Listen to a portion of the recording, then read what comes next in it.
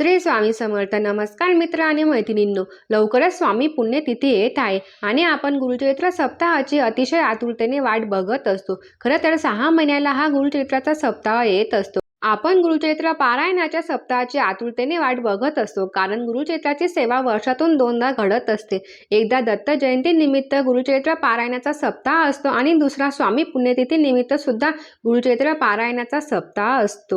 यावर्षी 9 एप्रिलपासून ते 15 एप्रिलपर्यंत या दिवसाच्या काळात आपल्याला सगळ्यांना श्री गुरुचरित्र ग्रंथाचं पारायण करायचं आहे.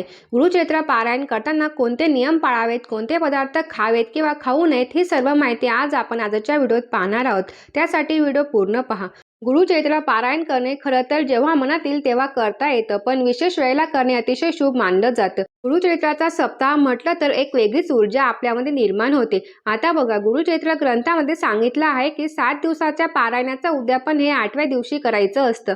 तुम्ही घरात पारायण करणार असाल तर तुम्ही 8व्या दिवशी उद्यापन करा, किंवा तुम्ही केंद्रात करत असाल तरीही आपण 8व्या दिवशी उद्यापन करतो. पण स्वामी पुण्यतिथी निमित्त हे 7 दिवसाचं पारायण असतं. 9 तारखेपासून ते 15 तारखेपर्यंत 7 दिवसाचं पारायण आहे. म्हणजे सांगता सुद्धा 7व्या दिवशी येते. असंख्य महिला केंद्रात पारायणाला बसतात. सामूहिक पारायणाचं फळ खूप जास्त प्रमाणात असतं. गुरुचरित्राचं पारायण करायला सुद्धा भाग्यच लागतं, पण काही कारणामुळे, सांसारिक अडचणींमुळे, जबाबदाऱ्यांमुळे जर तुम्हाला केंद्रात पारायण करणं शक्य नसेल तर आपल्या घरीच पारायण करावं. ज्यांना शक्य असेल त्यांनी आवर्जून केंद्रातच पारायण करावं. आता पारायण कसं करावं? गुरुचरित्र हा 5वा वेद मानला गेला आहे. गुरुचरित्र ग्रंथाचे पारायण आपण करतो हे आपलं परम भाग्यच असतं. म्हणजे संपूर्ण आयुष्यातून एकदा तरी गुरुचरित्राचे पारायण करावं असं म्हणतात. पण आपल्याकडून जेवढे पारायण होतील तेवढे पारायण करावे. या 7 दिवसाच्या गुरुचरित्र पारायण आपण जेव्हा करत असतो तेव्हा संध्याकाळी आपल्याला श्री विष्णू सहस्रनाम पठण करायचं असतं. आता ते का वाचायचं, तर आपण मनुष्य जात आहोत. आपल्याकडून कळत न कळत दररोज काही ना काही चूक घडतेच. कधी पारायण वाचताना, तर कधी बोलताना, घरात वावरताना. तर त्याचे दोष आपल्याला लागू नये म्हणून रोज संध्याकाळी श्री विष्णू सहस्रनाम वाचायचं आहे. गुरुचरित्र पारायणाचे नियम. या 7 दिवसाच्या कालावधीमध्ये आपल्याला आपल्या आयुष्यातील ज्या काही सुखाच्या गोष्टी आहेत त्यांचा त्याग करायचा असतो. ब्रह्मचर्याचे पालन करायचे असते. सगळ्यात मोठा नियम काय आहे, तर ब्रह्मचर्याचे पालन करणं. मांसाहार वर्ज्य करणं. तिसरं आहे कांदा लसूण न खाणं. बस, बाकी काही खूप नियम नाही. आता हे बाकीचे नियम तुम्हाला मी थोडक्यात सांगते. बघा, आता काय खायचं किंवा काय खायचं नाही. आता खाण्यामध्ये बटाटे खाऊ शकतो. एखाद्याची एकादशी असेल तर तो खिचडी वगैरे खाऊ शकतो. तुम्हाला भात खायचा नाही आहे. कांदा लसूण तुम्हाला खायचा नाही. बाकी तुम्ही सगळं खाऊ शकता. आता काही ठिकाणी महिला वांगी गवार खाता, पण मी माझं वैयक्तिक सांगते की वांगी गवार खायचं नाही किंवा कुठलीही डाळ खायची नाही. भात खायचा नाही. एक जर असेल तर चपाती किंवा भाकरीमधून एकच कडधान्य खायचं.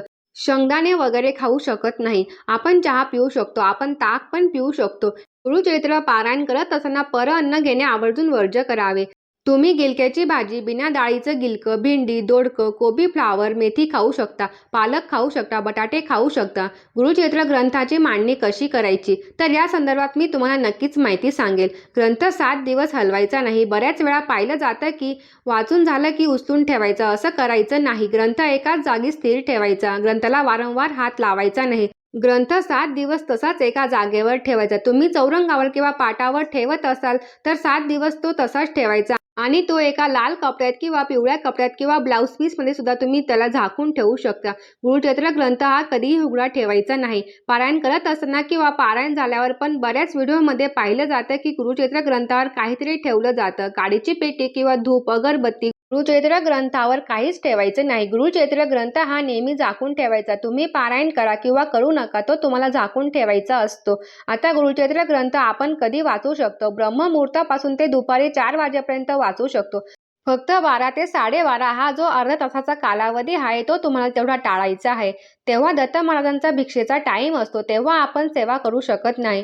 आता बघा, गुरुचरित्र पारायणाला जर तुम्ही बसलात तर एखादं अचानक सूतक आला तर काय करावं? तो ग्रंथ तसाच ठेवायचा नाही. गुरुजींना बोलवून किंवा इतर दुसऱ्या कोणी व्यक्तीकडून तो ग्रंथ पूर्ण करून घ्यायचा. स्वामी चरित्र सारामृत बघा, 4 दिवस मासिक पाळी आली की आपण थांबतो. गुरुचरित्र ग्रंथ एकदा वाचायला घेतला का तो सरसकट 60 दिवस वाचायचा असतो. मग तो अर्धवट सोडता येणार नाही. म्हणून सांगते, जर मासिक पाळी आली असेल तर घरातील इतर व्यक्तीने तो ग्रंथ पूर्ण करायचा असतो. व्हिडिओ कसा वाटला मला कमेंट करून नक्की सांगा. श्री स्वामी समर्थ.